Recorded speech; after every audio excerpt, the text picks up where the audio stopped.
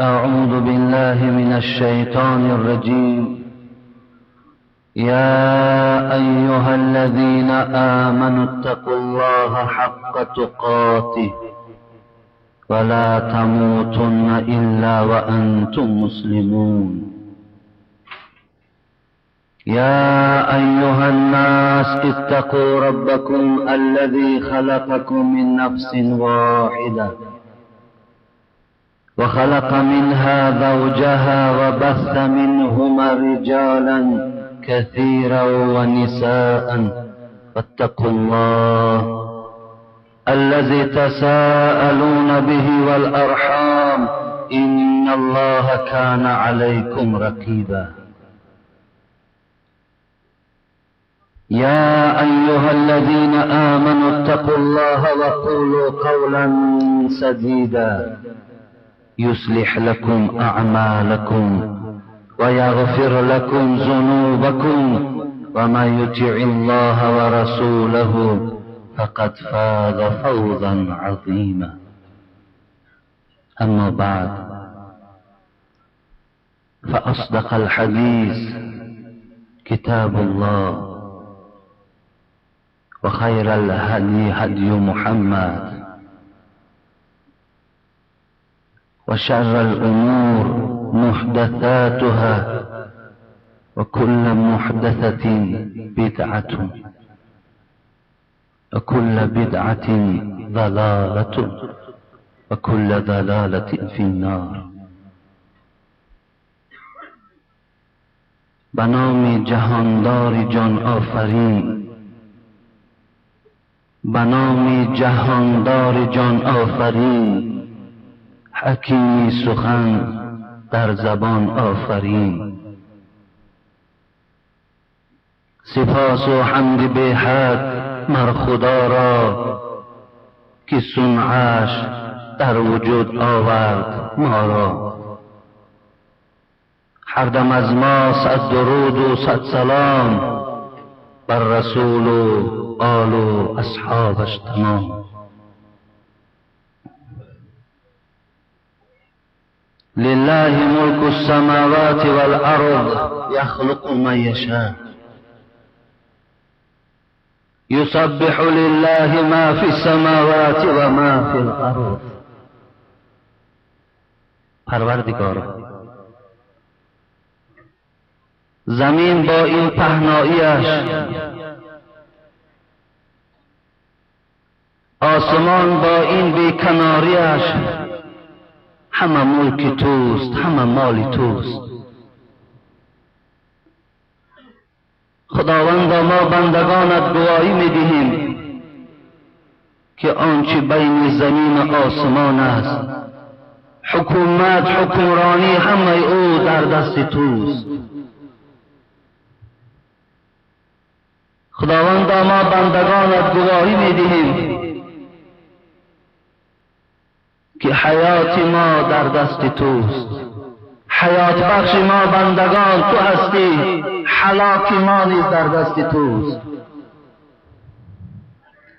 خدایا، ما بندگانت گواهی می‌دهیم رزق رسان ما تو هستی. غمخوار ما بندگان الله تو هستی. خدایا، برای ما چنان توفیق مرحمت نما که بجز ذات تو به هیچ مخلوقی تو تکیه نداشته باشیم. گواهی می‌دهیم که محمد بنده توست، پیغمبر توست، فرستاده توست. خداوند با این بزرگی خود می‌فرماید: لا تقنطوا من رحمت الله ان الله یغفر الذنوب جمیعا.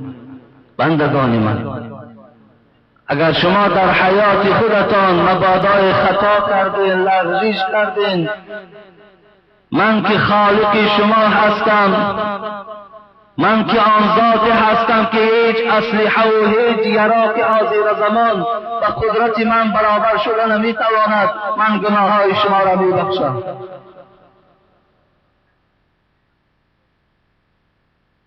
همون پروردگار میفرماید من لقيني بقراب الارض خطيئة لا يشرك به لقیته بمثلها مغفرة. قسم به بزرگیم اگر به مقدار پوری زمین و آسمان بندگان من با خطاهای خود به من روبرو شوید، فقط در بین خطاهای شما شرک وجود نداشته باشد، قسم به بزرگی به پوری آسمان و زمین به رحمتم شما را استقبال میگیرم.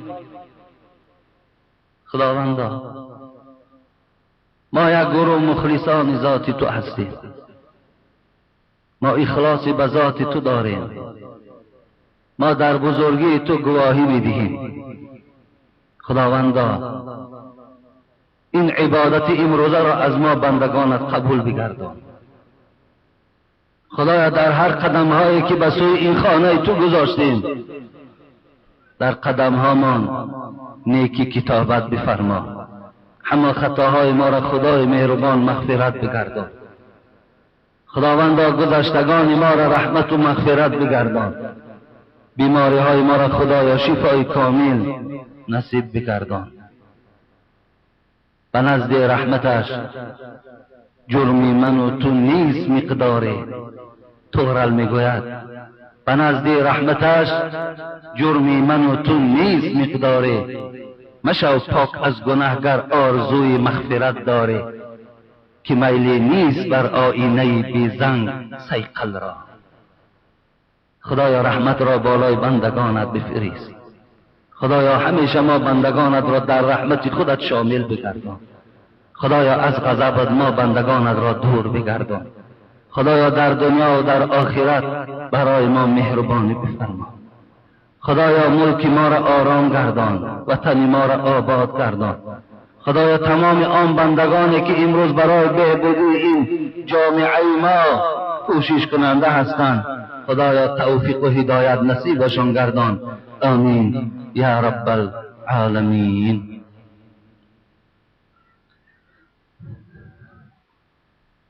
جمعه گذشته ما حضور نداشتیم.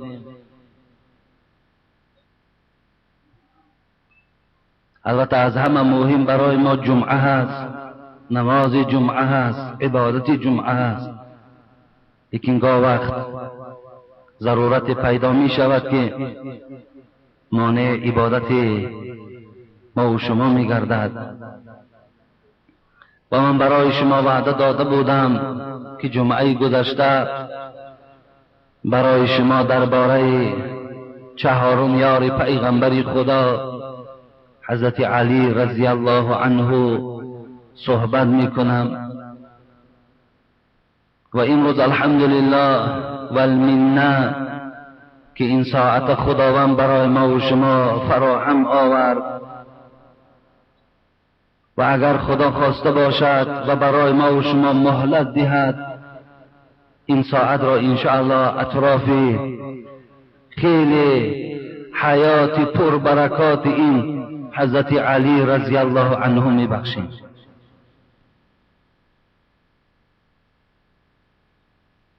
میخواستم آغاز صحبت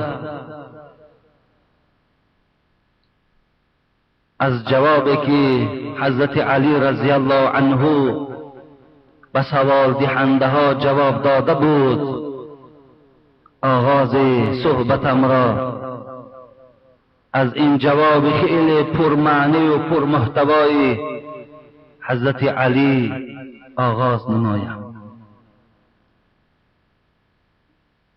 بسم الله الرحمن الرحیم.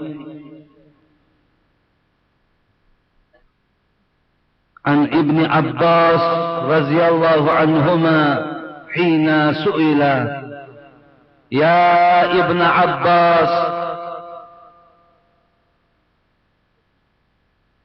ما خير الأيام وما خير الشهور وما خير الأعمال؟ فقال خير الأيام يوم الجمعة وخير الشهور شهر رمضان وخير الأعمال الصلاة الخمس لوقتها.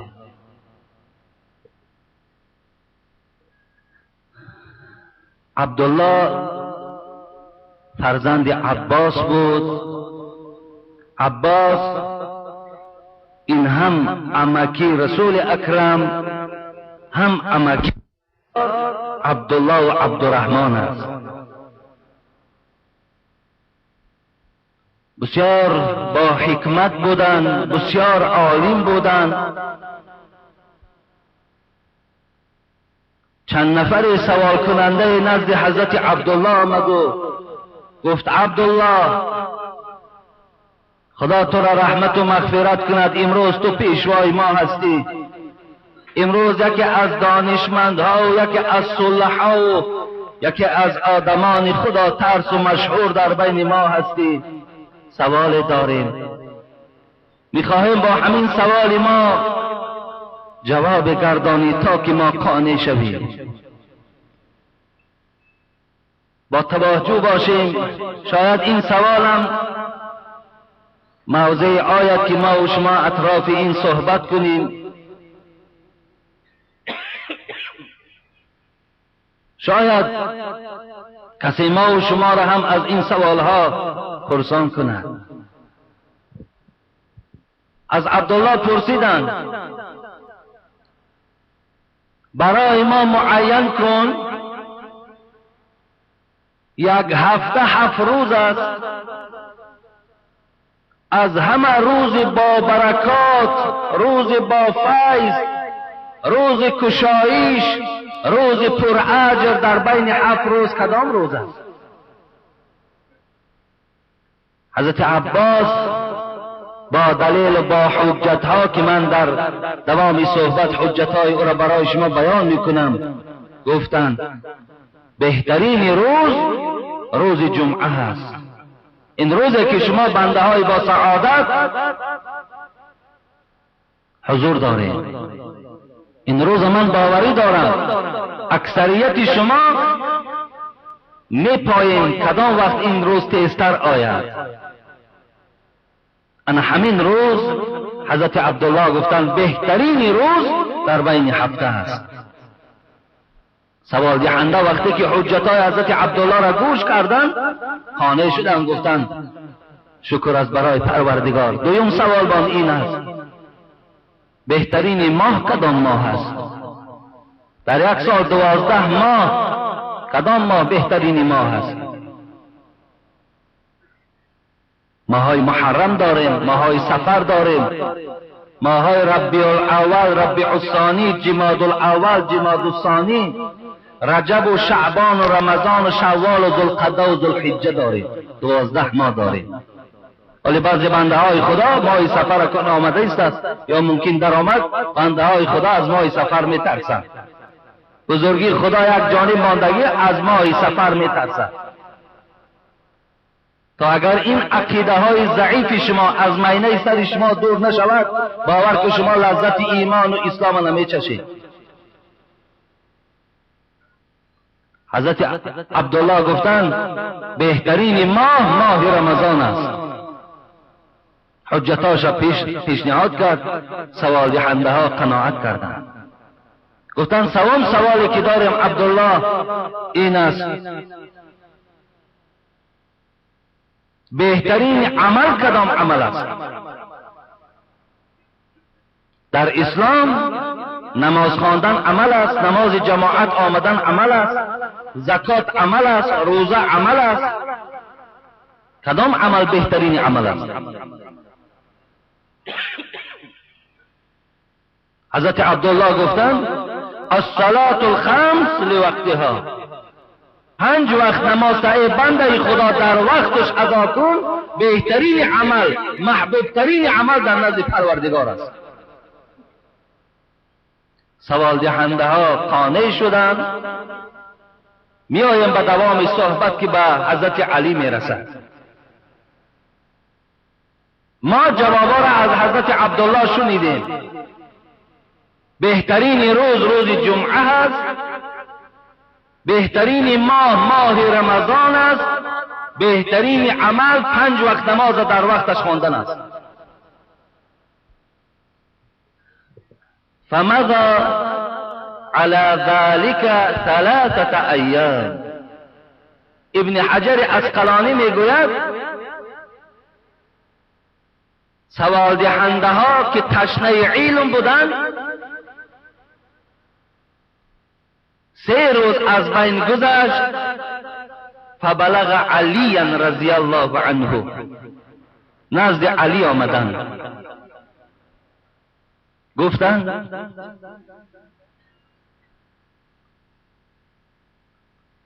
سئل ابن عباس عن ذلك فاجاب بکذا. علی گفتند ما 3 روز پیش از بچه عمکی تو عبدالله 3 سوال کردیم، سوال بیان کردند و این گونه جواب را از عبدالله گرفتیم. شما چی میگویید؟ شما چی جواب میگویید؟ حضرت علی که در هر یک مسئله صدها نمود جواب میگفت، خواستن از علم علی استفاده برند. حضرت علی جواب گفتند لو سئل العلماء والفقهاء والحكماء من المشرق الى المغرب لما اجابوا بمثل ما اجاب ابن عباس. چه جوابی زیبا گفتند، چه معامله های خوب داشتند. گفتند ای برادرای مسلمان، گفتند قسم به بزرگی پروردگارم اگر از مشرق تا به مغرب تمام عالم ها و تمام خیرتمند ها و تمام دانشمند ها که عددشان از میلیون هم زیاد است، اگر پرسید آن جواب را که عباس فرزند و عبدالله به شما گفت، این گونه زیباترین جواب یافت نمی شود. این جواب پررو و این جواب خیلی کامل از هیچ عالم دریافت کرده نمی شود. زیرا حضرت علی رضی الله عنه عبدالله بچه عباس هم می شناخت که وی کی بود. وی جوان بود. دادرای عزیز، برادرای مهربان، 3 سال پیش از هجرت پیغمبر به دنیا آمده بود. 3 سال 3 سال پیش از آنی که حبیب خدا مکه را ترک میکرد مدینه میرفت، عبدالله بچه عباس به دنیا آمد. عمر این عبدالله ابن عباس 13 ساله بود که حبیب خدا دنیا را پدرود گفتند. 13 ساله بودند. شما تصور کنین بزرگی عبدالله را تصور کنین که 13 ساله بود. 1660 حدیث از پیغمبر خدا حفظ می‌دانست. در صحیحین، صحیح بخاری و صحیح مسلم 1660 حدیث از زبان عبدالله ابن عباس برای یاردم مسلمان ها روایت شده است. کنی امروز خودتان سوال دهید، کنی از همین جمعیتی که الحال شما همه من میدانم عاشقای خدا هستین، عاشقان رسول اکرم هستین، شما مسلمان های کامل و با ایمان هستین، شما بی نهایت محبت زیاد به خدا و رسول دارید. لیکن من نمیدانم به چی سبب باشد که اکثریت شما 10 سوره از قرآن نمیدانید. 10 سوره. شاید یک متن حدیث رسول اکرم شما ندانید. شاید بعضی از ما و شما حدیث از آیت فرق نکند. حدیث چیست؟ آیت چیست؟ 13 ساله بودم. 13 ساله 1660 حدیث از یاد کل قرآن حفظ. حافظ قرآن بودم. برادرای عزیز، حافظ قرآن شدن بهترین هنر است. بهترین هنر برای یک مرد 40 هنر کم است. بهترین هنر قرآن حفظ کردن است. ما امروز با شیخ ابو علی بن سینا افتخار داریم که تاجیک ماست، استاد همه طبیب های روی دنیاست. 6 ساله بودن حفظ قرآن داشتن. با شیخ مصلح الدین سعدی شیرازی، با حافظ شیرازی، با جلال الدین رومی، با ابو عبدالله رودکی افتخار داریم. همگیش حافظ قرآن بودن، همگیش پایبند قرآن و احادیث های رسول اکرم بودن. خوش به حال آن انسانی که اینها را می آموزد، اینها را حفظ می کند، اینها را از خود می کند. خوش به حالش. امروز خداوند برای ما و شما چنان شرایطی را مهیا کرده است که اگر در همین خیل حالت ما بی سواد مانیم، از ما در گناهکار در پیشگاه خدا کسی نیست دیگر. خانه دادر عزیز، سخن خداست. خانت خانت باز خانت. خدا میگوید خانت. 13 ساله بودم حبیب خدا دنیا را پدرود گفتن. دیگر بزرگی عبدالله این بود که وقتی مادر او عبدالله را به دنیا آورد، چی مادر مسلمان بود، چی مادر خدا ترس بود، او را در لطه پیچ آنید. پیش از آنه که پیستان خود در دهان او گذارد و از شیر حلال خود برای او نصیب گرداند، راست برداشته به خانه رسول اکرم آورد. حبیب خدا در خانه نشسته بودند. مادر اجازت داخل گرفتند. گفتند ای حبیب خدا، امروز در خاندان من بهترین نعمت الهی فرزند است و دنیا آمد. میخواستم که پیش از آنه که من پیستان او را در دهان او گذارم، آب دهان مبارک خود در دهان عبدالله بگذاری. رسول اکرم صلی الله علیه و سلم این کودک برداشت و گفت نام این از امروز اعتباراً عبدالله است و آب دهانش گرفت حبیب خدا و در دهان این عبدالله گذاشت. راویای تاریخ میگویند چگونه که یک انسان کلان یک لقمه با مزه را در دهان میگذارد و مزه کده و فرو میبرد، عبدالله در خوردی حس کرد که این بهترین لقمه است، مثل لقمه آدمای کلانسال میگه فروش برد. اولین لقمه که در شکم عبدالله رفته بود این آب دهان رسول اکرم بود. خدا آنچنان ذکاوتش داده بود، آنچنان توفیق و هدایت نصیبش کرده بود که میگد خودش چنان ساخته بود که گویا رسول اکرم سایش بودند. حبیب خدا می نشست می رفت می خوابید. بسیار با پیغمبر خدا همکاری داشتند، خردسال بودند. خود حکایه میکند که من همیشه آب وضوء رسول اکرم تأمین میکردم. باره به من اشاره کرد که من اراده نماز دارم، آب طهارت بگیر. وقتی آب طهارت گرفتم، بسیار حبیب خدا را میگد از این خدمت من خوش آمد و اشاره کرد در حالتی بالای جای نماز بر آمدن که عبدالله در پهلوی من ایست.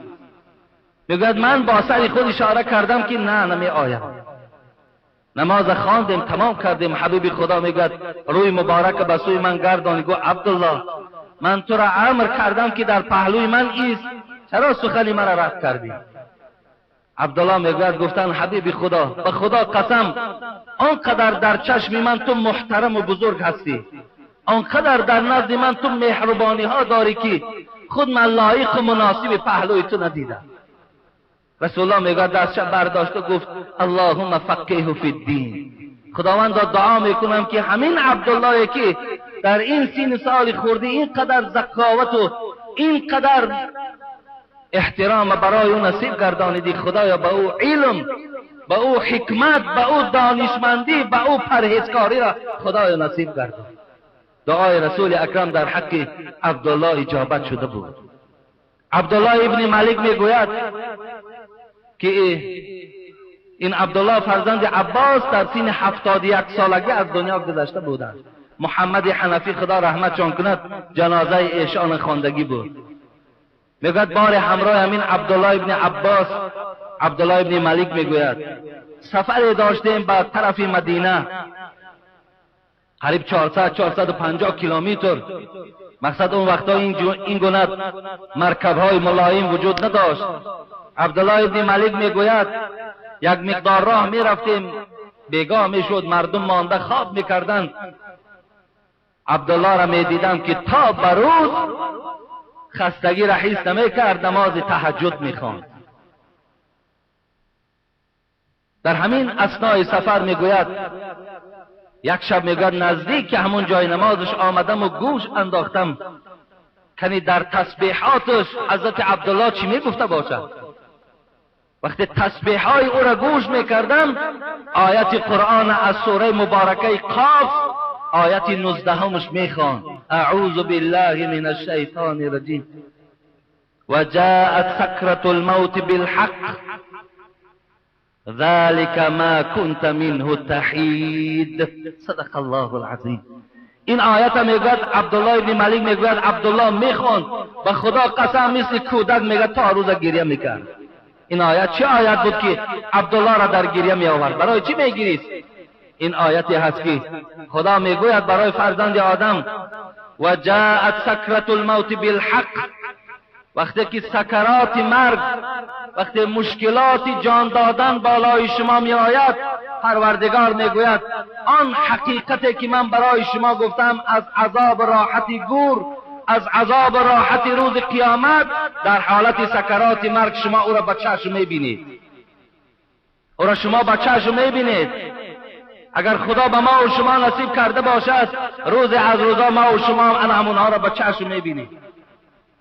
حضرت عایشه میگوید وقتی رسول اکرم از سکرات مرگ فرا گرفت، مشکلات مغفرت کن، یک ملا را پیش انداز کردن،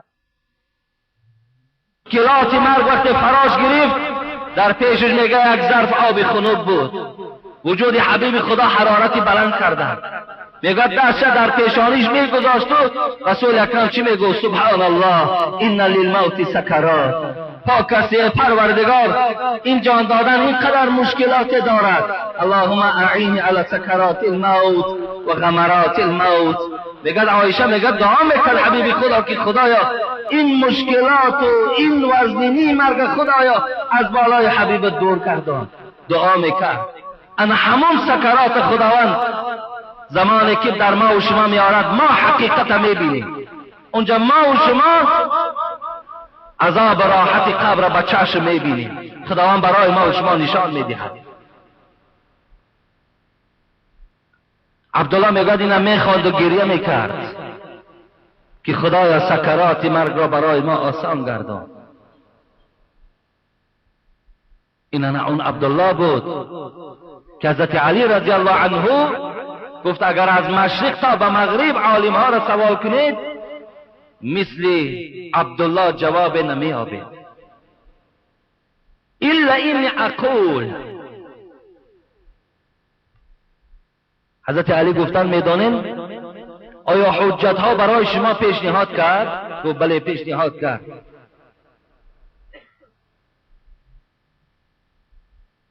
پس گفت من هم میگویم، من هم برای شما جواب میگردانم در این سه سوالی که بهترین روز، بهترین عمل، بهترین ما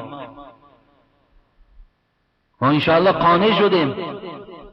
بهترین روز روز جمعه هست، بهترین ماه رمضان است، بهترین عمل 5 وقت نماز در وقتش خواندن است. حبیب خدا چی میگوید؟ میگوید این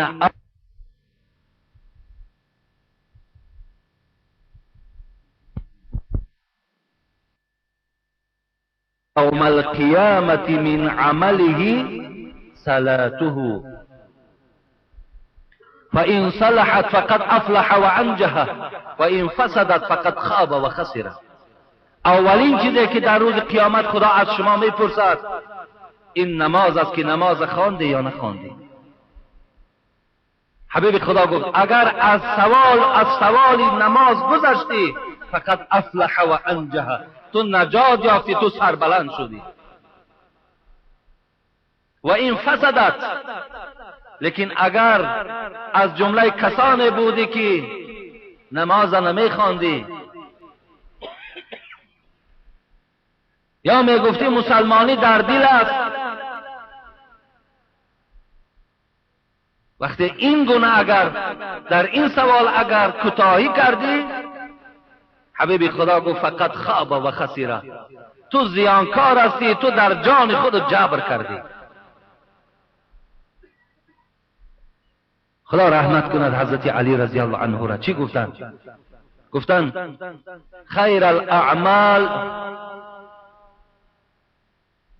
ما یقبل الله تعالی منک. گفت برادرم عبدالله گفتند بهترین عمل نماز است، من با چشم و با سر قبول دارم. حق گفتند، لیکن من برای شما میگویم که بهترین عمل، حضرت علی جواب دادند آن عملی هست که یقبل الله تعالی منک، همون عملی هست که خدا اگر از تو و یک قبول کند. ببینین جواب، ببینین اگر ما نماز خوانیم و خدا قبولش نکند چقدر مشکل است. ما که امید داریم، این معنی را ندارد. این برای با یگان آدمی گمراه و غفلت یکی دستک نشود که شما نماز میخوانین حالی خدا قبولش میکنه یا نمیکنه. نه، ما امید داریم که انشاءالله نمازهای ما را خدا قبول میکنه. که حضرت علی گفتند بهترین عمل، گفتند همان عملی هست که اگر او را خداوند از ما قبول سازد. سوال دهنده ها بسیار راحت کردند. گفتند ای علی، گفتند بهترین ماه کدام ماه هست؟ و خیر الشهور ما تتوب فيه الى الله تبارك وتعالى توبة نصوحة. بین حضرت عبدالله گفتند بهترین ماه رمضان است.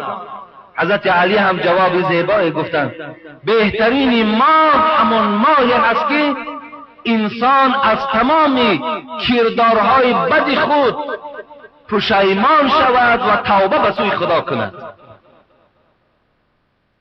از همه آن کردارهای ناخوبی که داشت، از همه آن ناسپاسی ها و آن فراموشی که خدا را کرده بود، بیدار می شود و به سوی خدا توبه می کند. آن ماه را حضرت علی گفتند بهترین ماه در پیش خداوند است. گفتند ای علی، گفتند پس بهترین روز کدام روز است؟ حضرت گفتند ما تخرج من الدنيا الى الله تبارك وتعالى مؤمنا بالله. بهترین روز، حضرت علی گفتند همان روزی هست که فرزند آدم از دنیا وقتی رخت سفر میبندد، وقتی که خداوند امانت همو جان از وجود او قبض میکند و ایمانی به خدا داشته باشد، این بهترین روز است. گفتند چه جواب زیبایی هم از جانب حضرت علی رضی الله عنه به گوش ما و شما رسید. فراموش نکنید بهترین عمل کدام عمل بود؟ همان عملی که خدا از شما قبول سازد. بهترین ماه همون ماهی که ما و شما توبه به سوی خدا کنیم. بهترین روز همان روزی هست که ما ایمانی به خدا داشته باشیم و بعداً جان به حق تسلیم کنیم.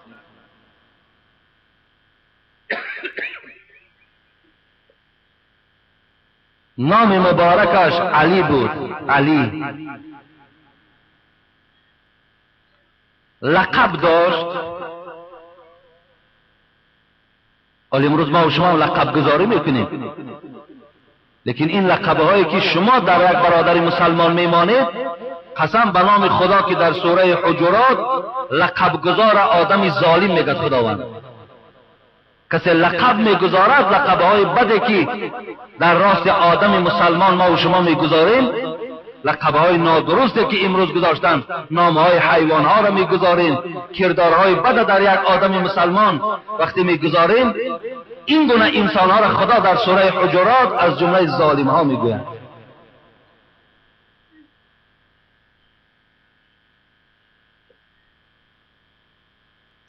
لقب مبارک حضرت علی اسدالله بود.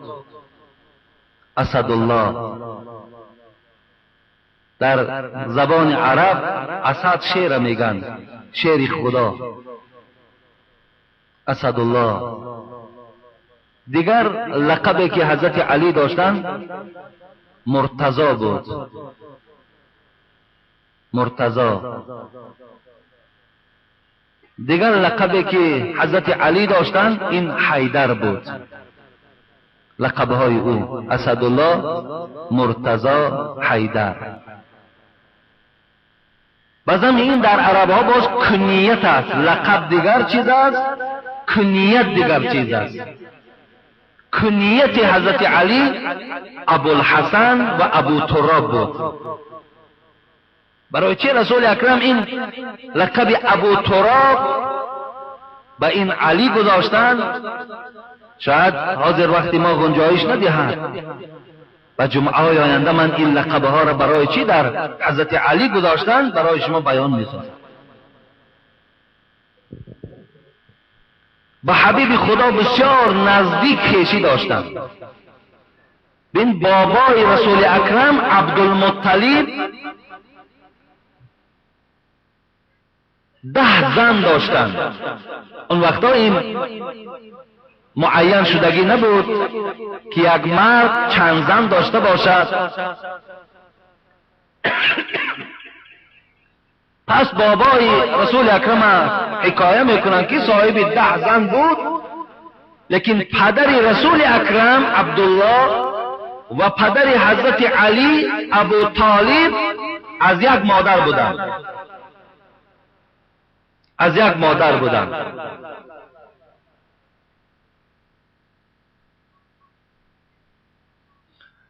پس معلوم شد است که حضرت علی بچه عمکی رسول اکرم است.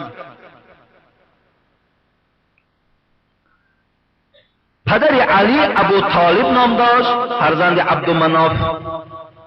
مادرشان فاطمه نام داشت، فرزند اسد. وقتی رسول اکرم صلی الله علیه و سلم 6 ماهه در شکم مادر بودند که پدرشان عبدالله از دنیا گذشت.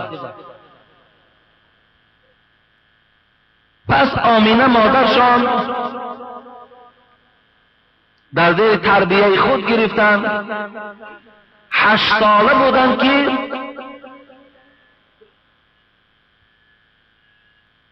در زیر تربیه عبدالمطلب آمدند باباشون. یعنی در 6 سالگی مادرشون گذشته بودند. از 6 سالگی تا 8 سالگی در زیر تربیه عبدالمطلب باباشون بودند. یعنی گیم از آغوش گرم مادر و پدر حبیب خدا محروم مانده بودند.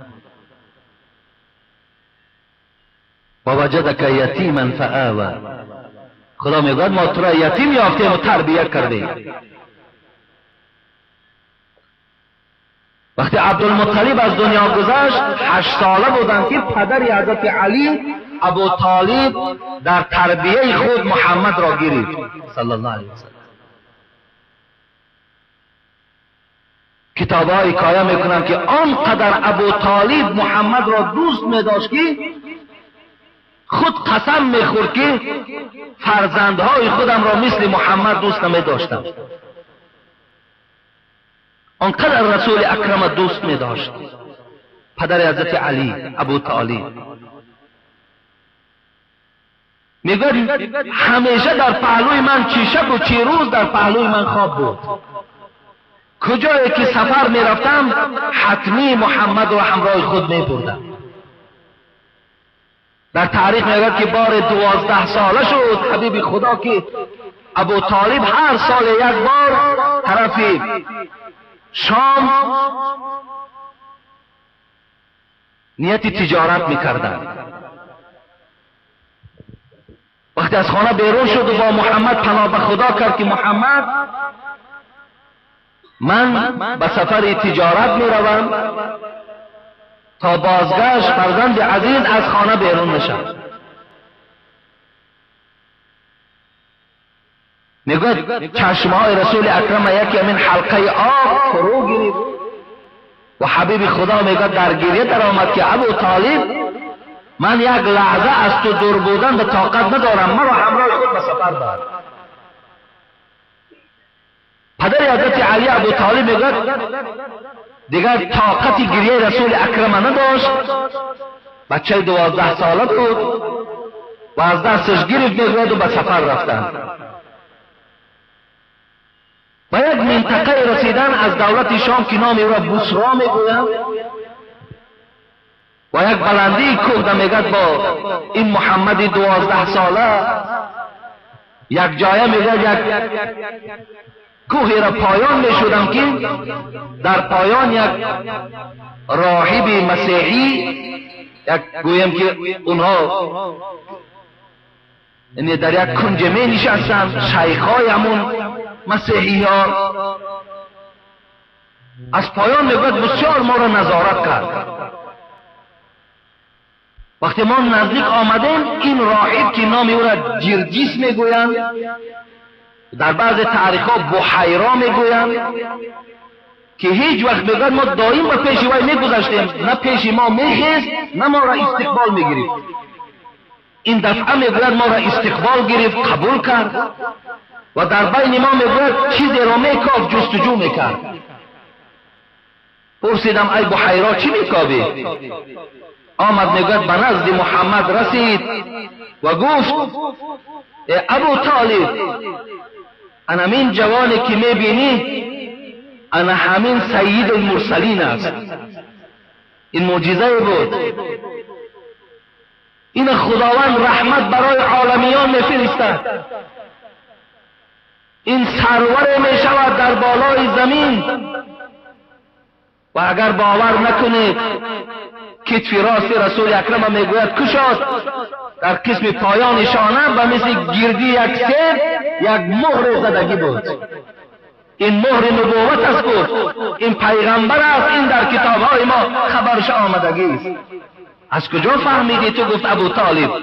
گفت وقتی شما همون کوه را پایان میشدین تمام سنگ ها و درخت ها او را سجده میکردن. این ما گفت با چشم دیده سجدهش میکردن.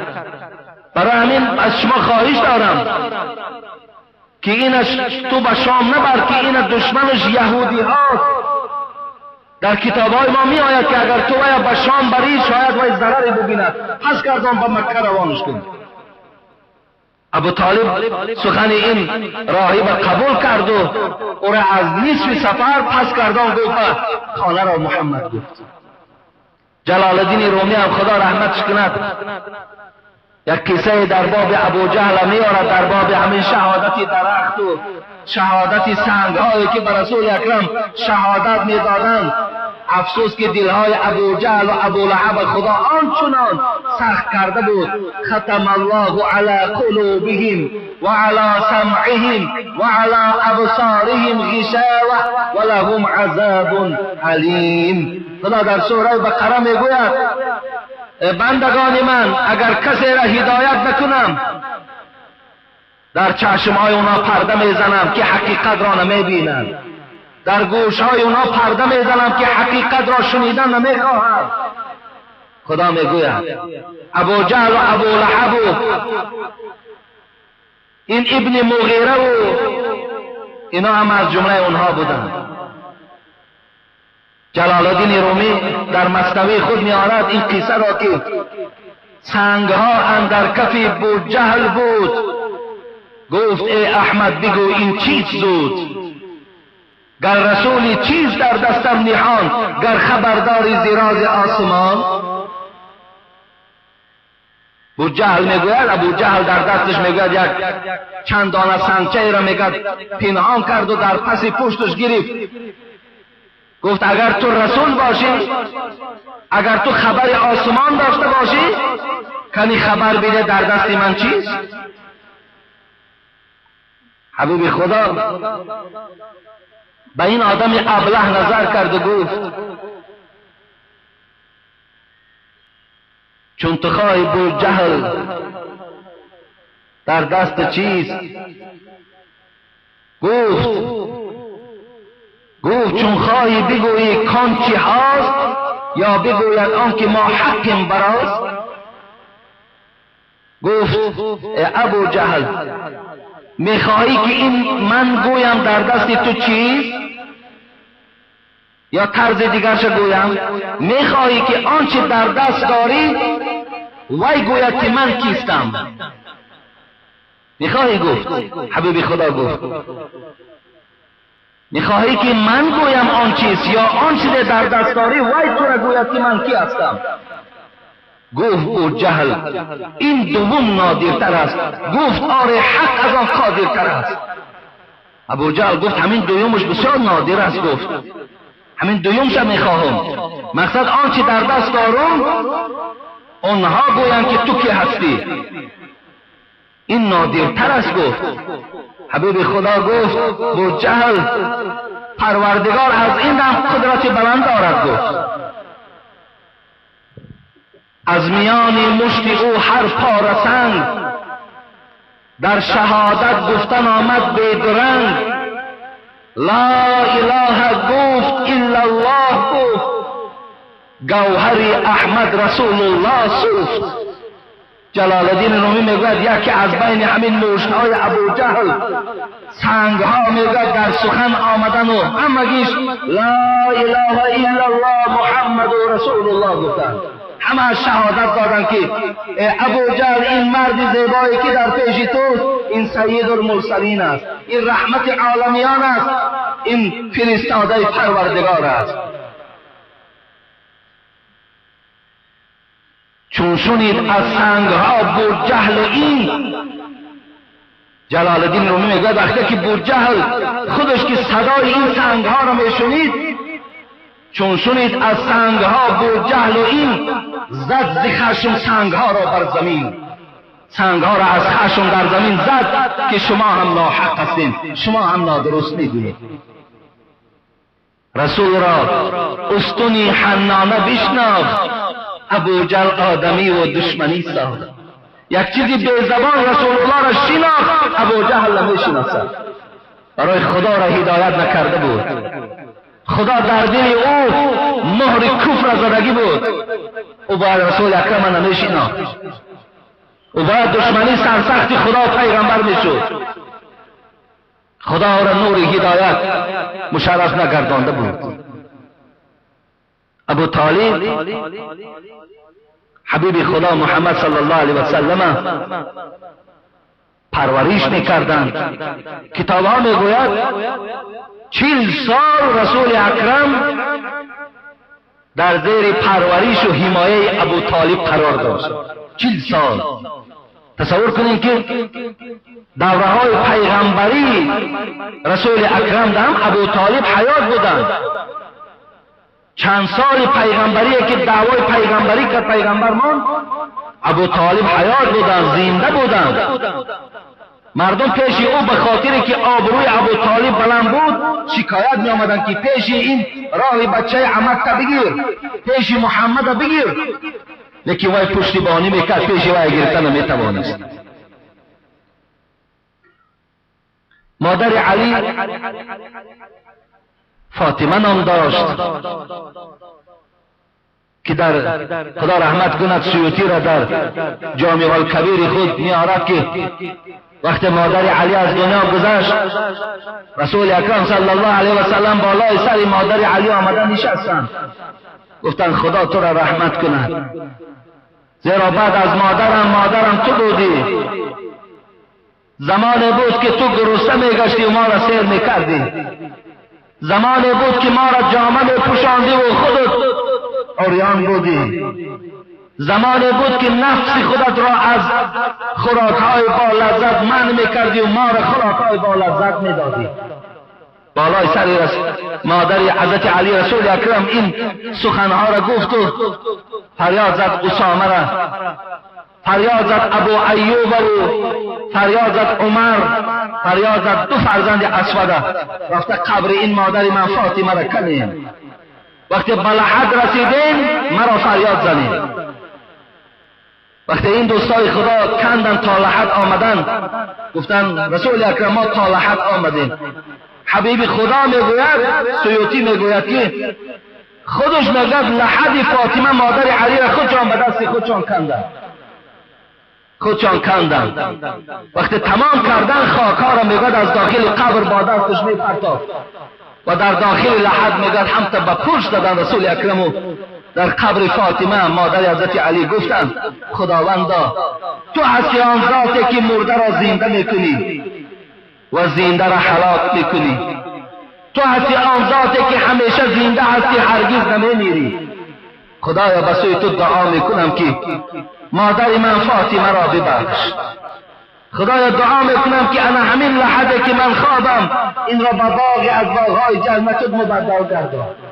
خدایا قبر این مادر من فاطمه را وسیع گردان. دعا کردند از قبر بیرون شدن. آمد نگاه به خانه فاطمه و همون پیراهن خودش بدل کرد. گفت 3 بار این مادر من فاطمه را غسل دهید. 3 بار شستن. این پیراهن مرا پوشانین از بالاش بدکفن کنین. همچنان هم کردن. آمد نگوید جنازه حبیب خدا خواندن و بعد از آن فریاد زد عباس همراه ابوبکر که هر 3 ماه تو این مادر من فاطمه را در لحد جای میکنیم. شما تصور کنید که چه دستهای مبارک، چه دعاهای مبارک در حق مادرمان، در حق مادر حضرت علی فاطمه از جانب رسول اکرم شده بود. زیرا غمخواری مادر علی هم نسبت رسول اکرم خیلی زیاد بود. لیکن فقه اکبر که از عقاید، از عقیده حضرت امام ابو حنیفه رحمت الله علیه صاحب مذهب ما و شماست میگوید و والد رسول الله صلی الله علیه و سلم مات علی الکفر و عم رسول الله صلی الله علیه و سلم ابو طالب مات علی الکفر. پدر و مادر رسول اکرم در دوره جهالت گذشتند، ایمان نبردند و مادر علی با ایمان گذشتند. پدر او ابو طالب ایمان نبردند. انشاءالله من برای شما بیان میکنم برای چی ابو طالب ایمان نبرد، برای چی اینقدر رسول اکرم در حالت نزع جان ابو طالب عذر داشت. پرسید ابو طالب قل لا اله الا الله اشهد بها عند الله. عمک ابو طالب اینقدر تو در حق من مهربانی ها کردی، یک بار بگو لا اله الا الله، همین کلمه را حجت کنم روز قیامت شفاعتی تو را از خدا طلب کنم. یک بار بگو. زاره میکرد. یکی نزد او 2 دشمن خدا نشسته بود، یکی ابو جهل، دیگر ابی ابن خلف ابن مغیره بود. اونا میگفتن یا ابو طالب اترغب عن ملت عبدالمطلب. اونا از اونجا دلالت میکردن ابو طالب از مرگ میترسی؟ تو دین عبدالمطلب، دین بابا که بت پرستی بود، بت پرستی را یک طرف میگذاری و همین دین محمد قبول میکنی؟ این گونه معامله در حالت همون سکرات حضرت ابو طالب بود. ایمان برد یا نبرد؟ من برای شما انشاءالله جمعه آینده مفصلا بیان میکنم.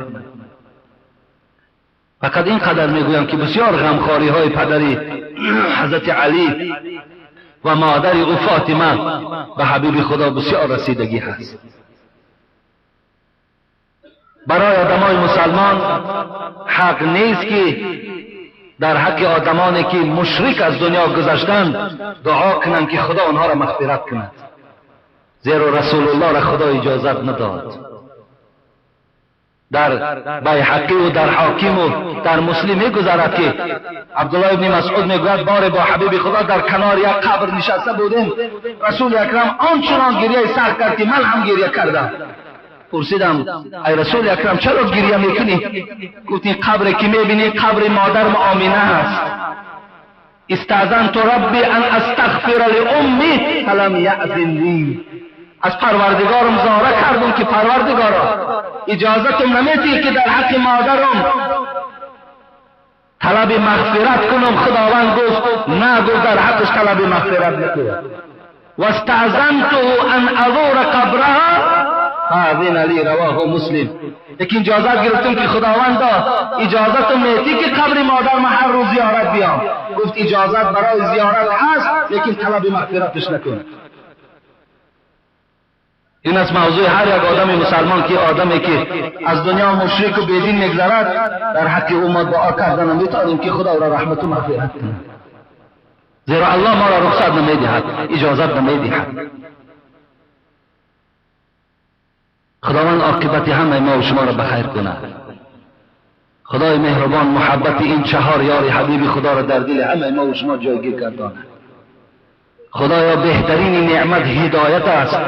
خداوند اصلا از ما و شما سلبش مگرداند و تا جمعه آینده خدا همه ما و شما را در حفظ امانش نگه دارد. آمین یا رب العالمین. اگه اعلان از برادر عزیز درباره همین گذاشتن این ماشین ها، خواهش من چندین بارها خواهش کردم، راستی بار نمیدانم شما برای چی قدردانی نمیکنین یا برای چی مثال به خواهش ما نمیرسین.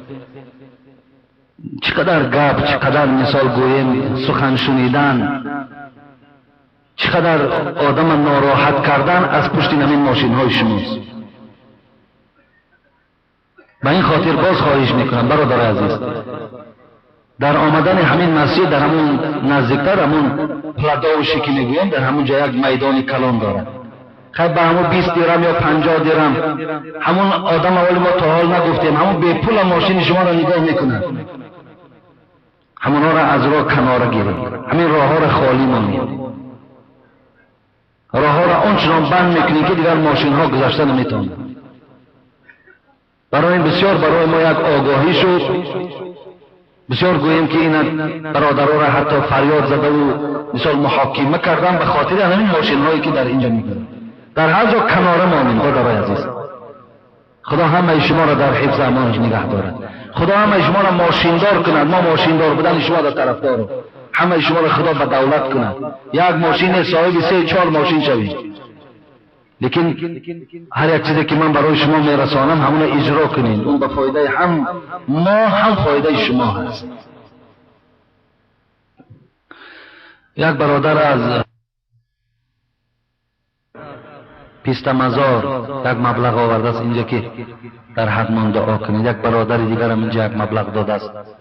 حاجی نعمت الله در حق پسرش یک مبلغ داده است. خدا این فرزندان را توفیق و هدایت نصیب کند. یک گروه برادران کاغذ آوردند، این کاغذهایی که در زیر عمارت های نوک تمام کردیم. این عمارت کونگی پیشینه را قسم بالاش خدا نگه داره برادر حاجی عزت الله و برادر عبدالله و برادر مولانا بهرام از مگزین های قاریا و حاجی حاکم و بسیار از برادران دستی بار خیلی نفرهای زیاد. باز خواهش میکنم که اگر باشد همون کردان هاتان بیارید، قسمی همون پایان ماندگی است و این جایی که خود می نشینیم اینجا هم نداره. همین را در زیر پای همین مردم میگذاریم. این هم یک محافظت گویم از خنکی و از سردی می شود و فایده برادر مسلمان است. انشاءالله خیلی پاداش کلام به خدا قسم پیشگاه خدا را میگیریم. خدا همه برادرها را برای این خیر احسان هاشان در حفظ امانش نگه دارد.